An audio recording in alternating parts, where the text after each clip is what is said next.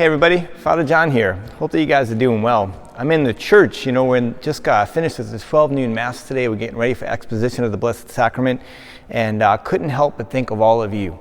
One of the big losses for us in the time of pandemic and distancing and staying at home, we weren't able to celebrate First Holy Communions as we're used to. But now that we have some opening in terms of our space and we're able to make some adjustments to our schedule, I come to you today with great news. And attached to this email, or if you're watching online, you'll get a letter if you're in level 2, is information about our plans for First Holy Communions that are going to take place in August. So let me go through some of it with you. It's different, and we've all had to make a lot of accommodations in these days, and you're going to have to make a few more, but I think it's going to be worth it. We don't want to wait too long before you have this opportunity and your child has this opportunity to come to the table of the Lord. So here we go. First Holy Communions are not going to be on Saturdays this year. They're going to be on Wednesday, Thursday, and Friday afternoons and evenings. Your time and your practice time will be given to you in the letter that you receive. And you might be saying, Father John, that's not what we're used to. You're absolutely right. But our Saturdays in the church are pretty full. And they're pretty full because we're trying to reschedule weddings. And the reality, we have a lot of funerals and memorial masses that people are asking to have on Saturday mornings so family members can come. So we're going to sacrifice that time so that we can celebrate First Holy Communion with your family and also give honor to the other families and minister to their needs as well.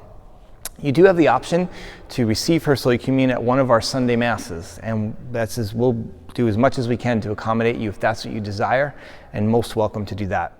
So in addition to those Sunday Masses, that's an option for you, and then don't forget, you have those communions at dates that you're going to be assigned. If you need to switch a date or a time, we're most happy to do that for you.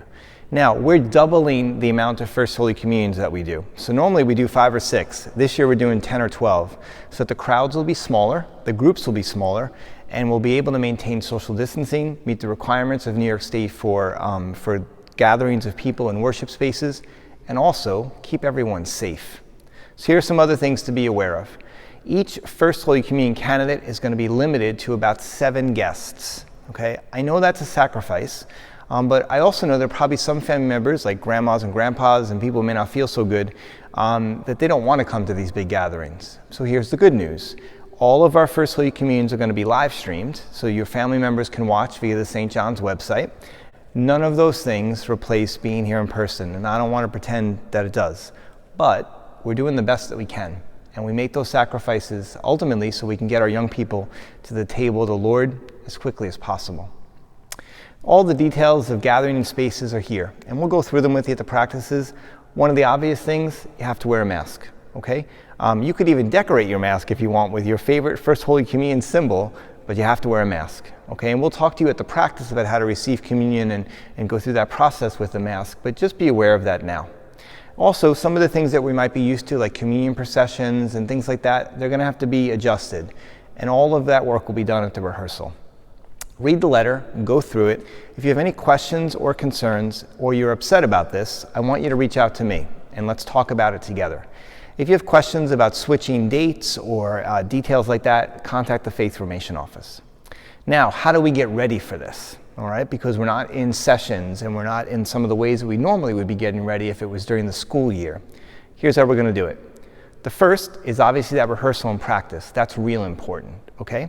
Second is in the weeks ahead, you're going to get some videos from some of us here at St. John's that are going to ask you and your family to think a little bit about First Holy Communion and what it means to you. We're going to ask you to go over a few parts of your Eucharist workbook, and we even have some good videos for you to watch that aren't done by St. John's, but that you could see and kind of get yourself prepared. I encourage you, if you can, come to one of the Sunday Masses or come to a daily Mass where there's a little less, crowds of people are a little bit less, and it's a little more comfortable for you. All right, so those are our updates about First Holy Communion. Make sure you read that letter. And certainly there's some great adjustments that we're all going to be asked to make in these days, but also great opportunities as we take another step in the formation of our young people and their families. I can't wait to celebrate with you in the weeks ahead. And do me a favor, I promise to pray for you. Just ask you to pray for all of us here at St. John's too. Have a great day, everyone.